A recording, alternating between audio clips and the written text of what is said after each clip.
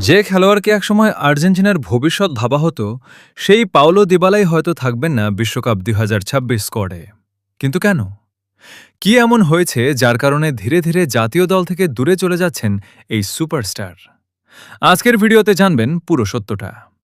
২০১৮ সালে পর থেকেই পাওলো দিবালাকে নিয়ে আর্জেন্টিনা ভক্তদের প্রত্যাশা ছিল অনেক বেশি। তার ড্রিবলিং, ফিনিশিং আর ক্রিয়েটিভিটি দেখে সবাই ভাবত একদিন সে হবে দলের বড় তারকা। কিন্তু সমস্যা শুরু হয় অন্য জায়গায়। দিবালার খেলার পজিশন অনেকটাই মিলে যায় লিওনেল মেসির সঙ্গে। আর যখন দলে মেসির মতো একজন খেলোয়াড় থাকে, তখন একই স্টাইলে আরেকজনকে নিয়মিত সুযোগ দেওয়া কঠিন হয়ে যায়। এরপর আসে ইনজুরির সমস্যা। গত কয়েক বছরে দিবালা বারবার চোটে পড়েছেন। গুরুত্বপূর্ণ সময়েই মাঠের বাইরে থাকতে হয়েছে তাকে। আর জাতীয় দলে জায়গা ধরে রাখতে হলে ধারাবাহিক পারফরমেন্স খুব জরুরি। এদিকে নতুন প্রজন্মের খেলোয়াড়রাও দারুণ খেলছে। জুলিয়ান অলভারেজ, আলেজান্দ্রো গার্নাসো, তিয়াগো আলমাদার মতো তরুণরা এখন স্কোয়াডে নিজেদের জায়গা শক্ত করছে।